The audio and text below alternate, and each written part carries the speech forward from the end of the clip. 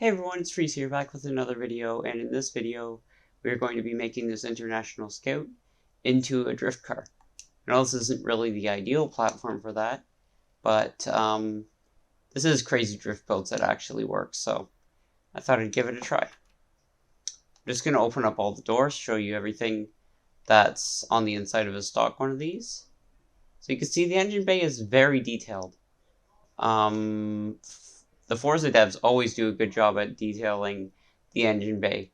But sure, there are some bugs with some engine bays, but other than that, this engine bay looks amazing. It's very well detailed. You can see all the hoses and all the wiring. You can see the alternator, the radiator, battery. You can see the windshield wiper fluid bottle. You can see everything. The battery leads. All of the cooling and everything. It's really quite cool. You can even see the hood latch. Like, they've even put the detail into that. They even have the grounding wire too. Wow, that's amazing. So anyways, let's close the hood. And let's take a look at the inside of the back here. You can see they've even modeled the seat belts too, which is very cool. They're always good with attention to detail in these games. Let's close up the trunk or tailgate if the roof was off, which we are going to take off the roof because that is possible. You can see you have your shifter, but then you also have the high and low gearing option there. That's what that small gear lever is for, I'm assuming. Sometimes it's for all-wheel drive and like changing the drive system. So you can see all the gauges are very well detailed. So we have fuel, temperature, oil, and what does that say? AMPS, amps, derp. Oh well. You also have the speedometer. I don't know if that's in miles or kilometers. Also the radio. This is really well detailed, this car. I didn't even know what an International Scout was until Forza. So I'm actually really happy that I learned something from Forza. So let's get into the passenger seat. I wish you could get into the rear seat, but unfortunately you can't. International Scout 800. Like, look at everything. It's so well detailed. You even have the gas pedals. Like,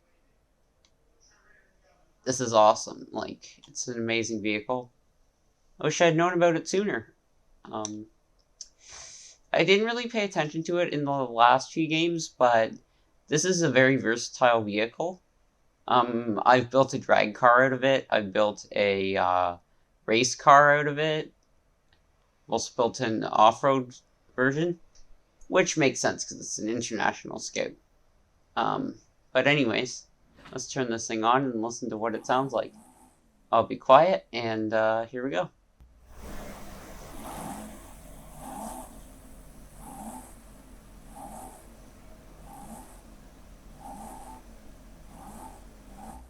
It's pretty quiet, but other than that, it's still cool. And let's go and get this thing out on the road, and we are going to take it to one of the player homes. So let's see. Turn around when it is safe to do And this so. thing handles pretty well stock. Like, it's very nice to drive. Very comfortable. And I think I might buy another one of these and just leave it stock. Because this thing's an amazing vehicle. As I've said, I wish I knew about it sooner. I wish I had used it in the other games. It's very versatile, and it's actually, I think this was the first SUV that was ever determined to be an SUV, but I could be wrong. I did leave it in the stock red because that's what it comes in when you buy it out of the auto show. Like, that's what the preview is. And we are going to do a paint job for this thing, but it's not going to be anything too fancy. Anyways, this thing, it's good. It handles well. I would definitely say 400 that yards. I hope that it handles this well in real life, because then that would be a very good like commuter, like not for highway use or like getting in and out of the city, but like if you were in a small town and you were using one of these, it would be very good. Turn sharp left. Or if you were using a dirt road a lot. And I've already hit a pole. That would have been fatal.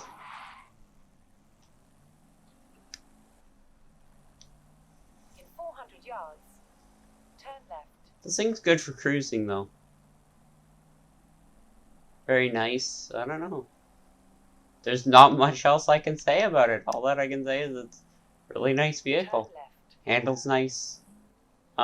Anyways, In we're gonna 400 get a yards, change of scenery. turn left. Let's take a look at the interior. As you can see, all the gauges light up. And yeah, it's just nice. Nice and quiet too. Turn left.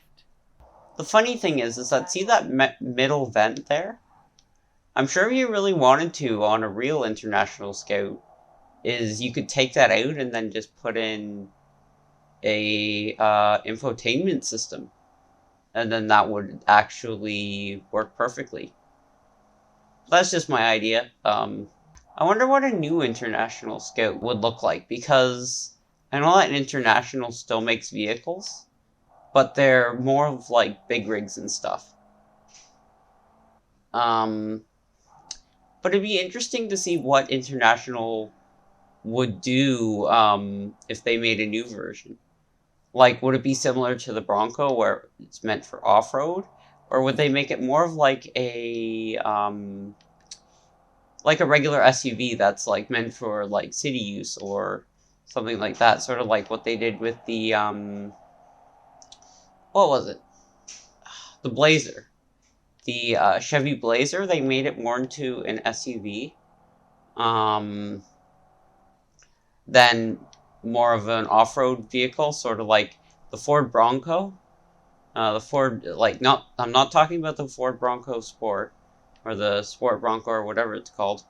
I'm talking more of like the new Bronco, like the one that's meant for like heavy off-roading and stuff. Wonder if they would take it in that direction. I don't know, I'm just throwing ideas out there. I think it's an interesting thing to think about, because apparently the International Scout was very popular.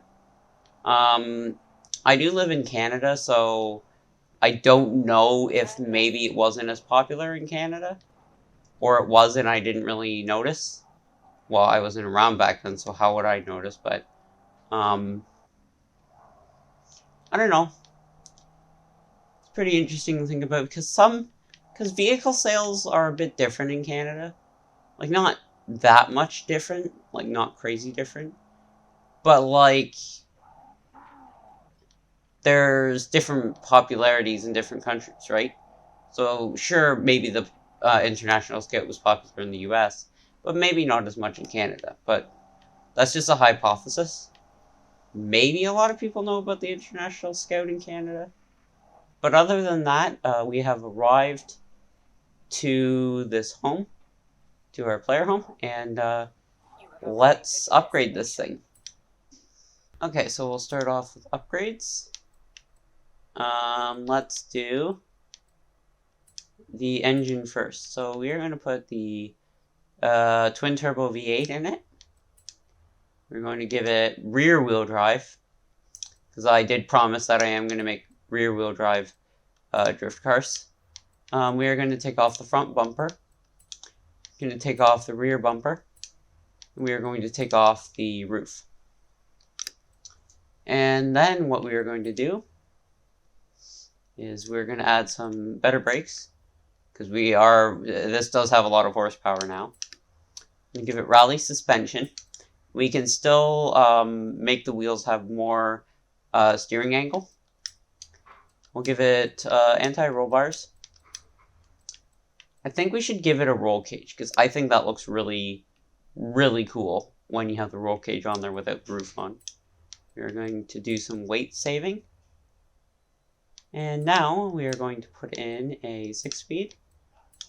race driveline, and we are going to put in a drift diff, and then put on some drift tires, make them wider at the back, leave them thinner at the front.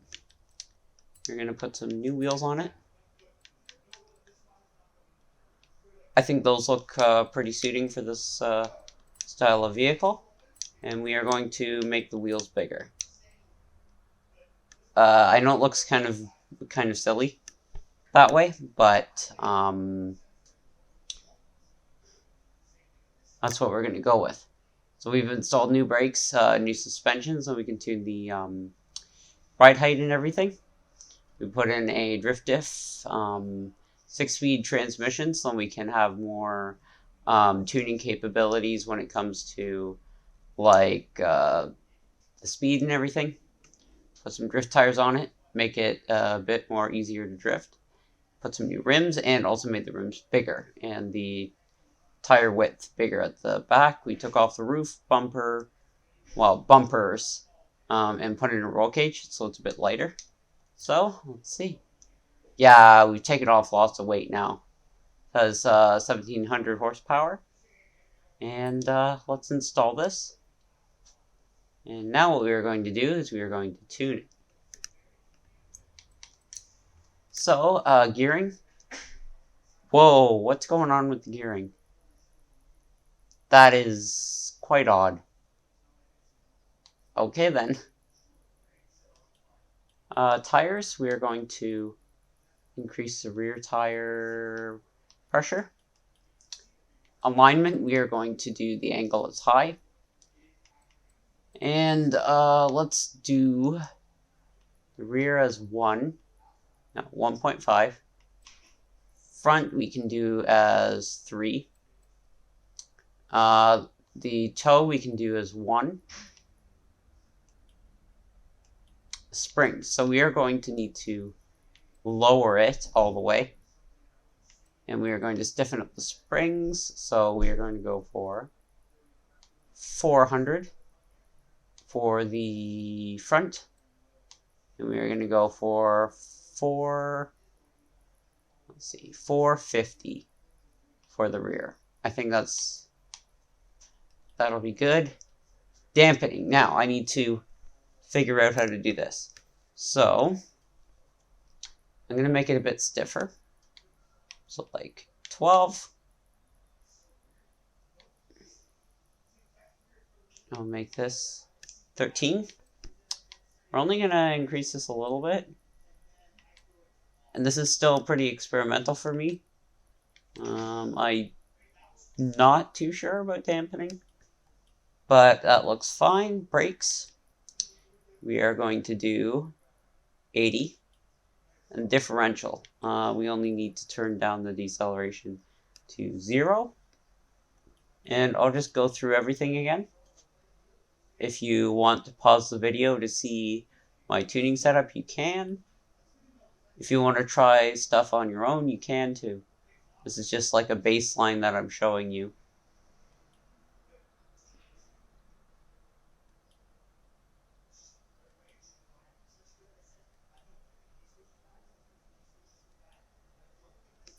Okay, so now we have that.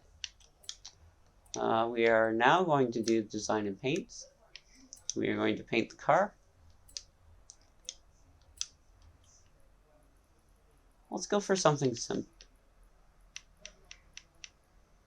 Let's do Spectre Flame on this thing. I think orange looks good because it's the stock color on it. Even though this is Spectre Flame, it'll still look good. Then what we are going to do is we're going to paint the wheel. So we're going to do black in the center. We're going to do... actually, let's do something else. Every lip, we are going to do a gunmetal, but like a matte gunmetal. There we go. And then inner barrel. Now, for the brake pads, let's do blue. We don't really need to tint the windows. because the roof's off, we can't paint those. And I think that's pretty good. It looks good. Simple, but also effective. So let's save to the current car. And we are going to teleport to the Drift Mountain, or fast travel to the Drift Mountain. And once I've done that, I will cut to that part. So anyways, I will see everyone in a minute. Okay, so I'm back, and it is raining, so this is going to make it a bit more difficult to drift this thing. But anyways, I'm going to give it its fair shot. So let's see.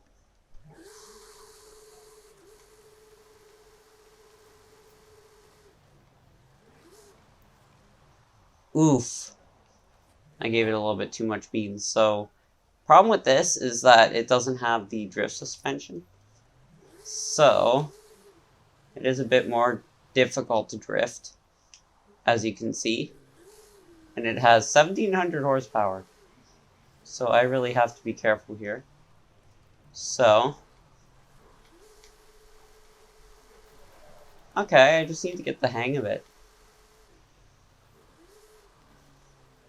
I just need to be very gentle with it. Other than that, it's good. Wow. I am very surprised. So I've never built a drift car out of one of these things. And most of the other ones I had built drift cars out of. This one, this is my first time drifting it, so... And it works good as a rear-wheel drive drift car. I just have to be very careful.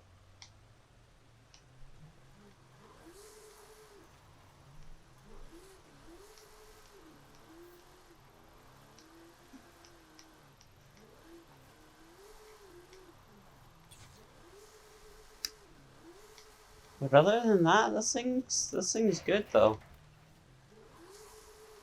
You do have to have a little bit of skill when it comes to drifting to drift this thing, so then you don't send it off the road like I've been doing. And it takes a little bit of time to get used to. But other than that, it's good. I know you see me spinning out a lot. That's because this is my very first time ever drifting in this thing, so I'm sure as time goes on, I'll get better at it. But I'm very surprised at how good this thing is. Yeah, see, I'm giving it too much gas.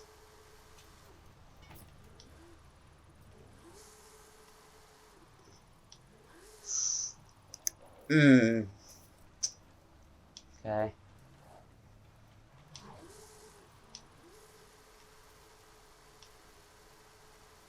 Let's see if I can actually do this without spinning out like I've been doing multiple times.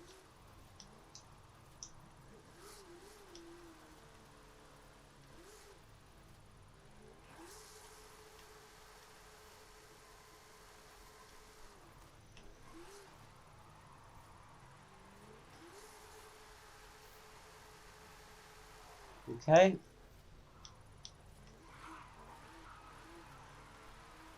Here's this part. This part is kind of technical, kind of not. I don't know.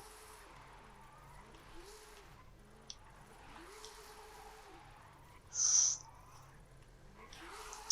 he's very light at the back, so it really wants to whip around. So I remove that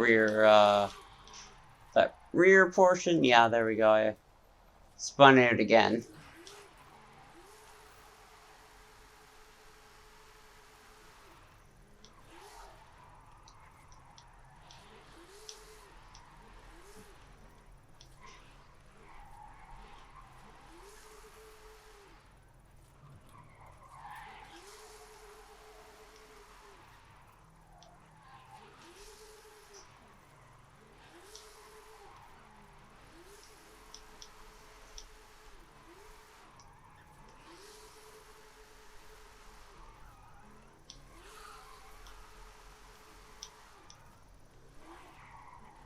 Yeah, see, I'm getting better at it already. I know how much I can push this car. And also the road has dried up a little bit, so that helps out a little bit.